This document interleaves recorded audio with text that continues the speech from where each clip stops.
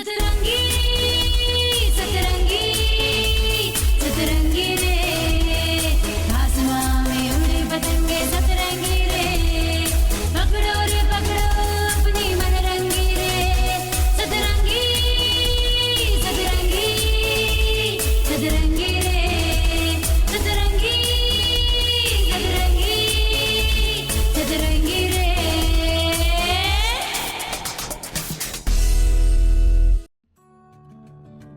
Hello, नमस्कार। मैं हूं अंकिता और आपका बहुत स्वागत करती हूं सतरंगी पॉडकास्ट की first series in talk with के इस 7th एपिसोड में। पिछले एपिसोड में हमने स्टैनफोर्ड हॉस्पिटल इंदिरा नगर लखनऊ के director and orthopaedic surgeon doctor Ashar से बात की थी अर्थराइटिस की बढ़ती तकलीफ के बारे में, कि किस तरह जोड़ों का ये दर्द बड़ी उम्र के लोगों को तकलीफ देता है और डे टू डे लाइफ को हैम्पर करता है। डॉक्टर अशर ने हमें बताया था कि सर्दियों में किस तरह अर्थराइटिस के मरीज अपना ख्याल रखें।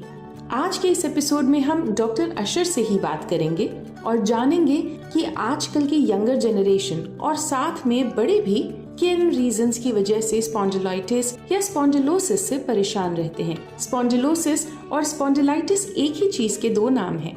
वर्टेब्रा यानी रीढ़ की हड्डी में सूजन की शिकायत को स्पॉन्डिलाइटिस कहा जाता है। स्पॉन्डिलोसिस एक चिकित्सा शब्द है जिसका मतलब है धीरे धीरे उम्र बढ़ना और रीढ़ का बिगड़ना। तो आइए सुनते हैं डॉक्टर अनामिका श्रीवास्तव और डॉक्टर अशर की एक बातचीत। हमारे साथ हैं डॉक्टर अशर अली खान। डॉक्टर अशर, आज की युवा पीढ़ी या आज की प्रौढ़ होती हुई पीढ़ी मोबाइल और लैपटॉप के बिना शायद उसकी जिंदगी संभव नहीं है, लेकिन मोबाइल और लैपटॉप जितने जिंदगी के लिए जरूरी हैं उतनी ही जरूरी है हमारी फिजिकल हेल्थ। और ऐसे में जब हमें लंबर स्पॉन्डिलाइटिस या सर्वाइकल स्पॉन्डिलाइटिस जरूरत से ज्यादा हमारे शरीर को कष्ट देने लगती है, तब हमें याद आता है कि हम क्या छोड़ें और क्या रखें। तो आपके पास तो बहुत सारे पेशेंट आते होंगे, तो आज की जो ये समस्या है, इस समस्या को हम कैसे डील करें और क्या करें कि ये समस्या हो ही ना।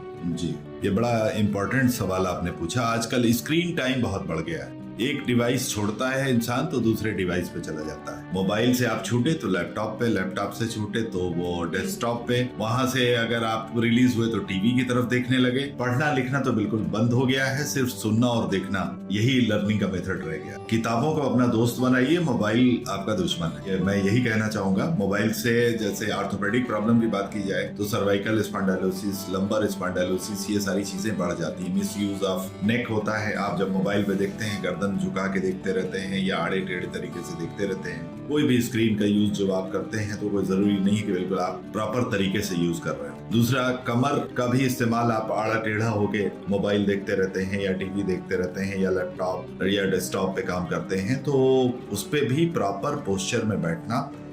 और एक्सरसाइज के लिए आपको वक्त ही नहीं मिलता। हम लोग एक्सरसाइज कहते हैं आप करिए, तो हर पेशेंट का यही जवाब होता है मेरे पास तो टाइम ही नहीं मिलता। टाइम किस चीज से नहीं मिलता? मोबाइल से। स्क्रीन पे चिपके हुए हैं, तो वो चीज सेहत के लिए नुकसानदेह है, क्योंकि आपकी सेडेंटरी लाइफ हैबिट हो जा रही है, एक्टिविटी बिल्कुल खत्म हो जा रही है।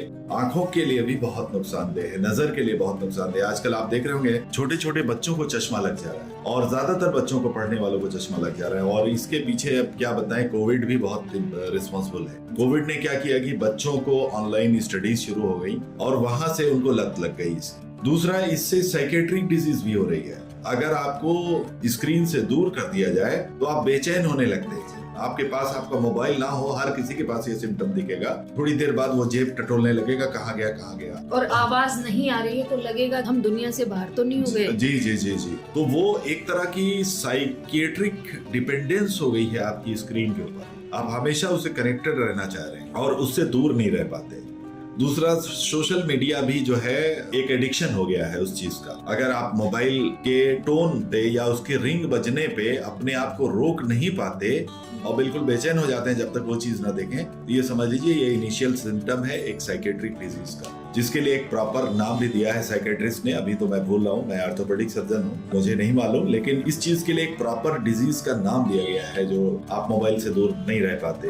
डॉक्टर अशर, आपने जो बताया कि यंग बच्चों से लेके और बड़े तक सबका स्क्रीन टाइम बहुत ज्यादा बढ़ गया और कोविड के दौरान हमारी मजबूरियां थी और धीरे धीरे वो एक एडिक्शन बनता गया। एज ए डॉक्टर, आपके पास लगभग किस उम्र से लोग आना शुरू कर देते हैं इस तरह की प्रॉब्लम्स से कि उनको सर्वाइकल या लंबर स्पॉन्डिलाइटिस, मतलब यंगेस्ट आपके पास किस उम्र के लोग आते हैं? अब तो हर उम्र में, पहले तो ये ओल्ड एज के लिए रिजर्व था सर्वाइकल और लंबर स्पॉन्डिलोसिस, बट अब हर उम्र के लोग ये प्रॉब्लम लेके आते हैं। गर्दन दर्द, कमर दर्द, कंधा दर्द, बदन दर्द, छोटे छोटे बच्चे, और इसके पीछे बस्ता भी रिस्पॉन्सिबल है। जो बच्चों का स्कूल बैग होता है, that is also very injurious for the health. इतना मोटा मोटा बैग लेके जाते हैं, जो रिकमेंडेशन है पता नहीं कब स्कूल वाले सोचेंगे। 2 सेट किताब अगर रखें, मेरा तो यही रिकमेंडेशन है कि 1 सेट आप स्कूल में रखें, लॉकर रूम वगैरह बना लें या डेस्क में पैक करके रखें, और बच्चे को ढोना ना पड़े, कैरी ना करना पड़े बैग, सिर्फ अपनी कॉपीज कैरी करे, बुक्स दोनों जगह रहे, 1 सेट घर पे, 1 सेट स्कूल में, तो बहुत बड़ी प्रॉब्लम से बच जाएंगे। बच्चों में शोल्डर पेन बहुत ज्यादा हो रहा है, नेक पेन बहुत ज्यादा हो रहा है, लो बैक एक बहुत ज्यादा हो रहा है, इसके पीछे बहुत बार बस्ता भी रिस्पॉन्सिबल है।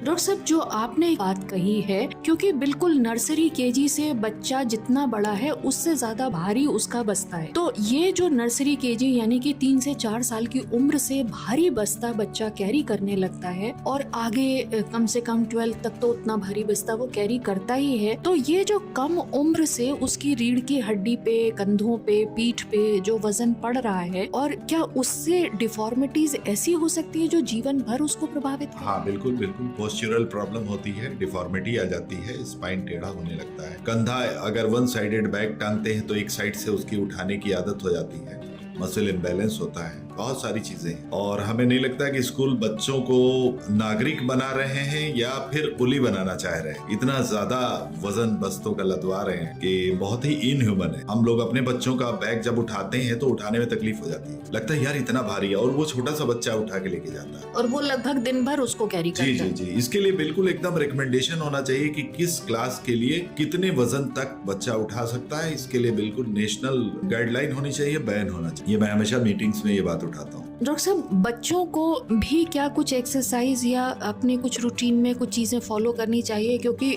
जो बस्ता उठा रहे हैं, अब जब तक इसमें परिवर्तन होगा तब तक तो बहुत से बच्चों का बचपना खत्म हो चुका। जी जी बिल्कुल बिल्कुल। तो इसके लिए ये करें कि बच्चों का बैग चेक करें। बच्चे क्या होता है कि जिस सब्जेक्ट की पढ़ाई हफ्ते में 1 दिन है उसे भी रोज लेके जा रहा है, और अननेसेसरी की कॉपीज लेके जा रहा है, अननेसेसरी की बुक्स लेके जा रहा है। तो अपने बच्चों का बैग चेक करें, और जो उसका स्कूल की तरफ से जितना रिकमेंडेड है उस दिन के लिए उतना ही सामान उसमें रखा हो, फालतू सामान बिल्कुल न रखें। और दूसरी चीज, अगर किसी बच्चे को पेन रहता है लगातार और उसको बैग कैरी करने में तकलीफ रहती है, तो वो बैग आने लगे व्हील वाले, तो वो बच्चा वो कैरी कर सकता है।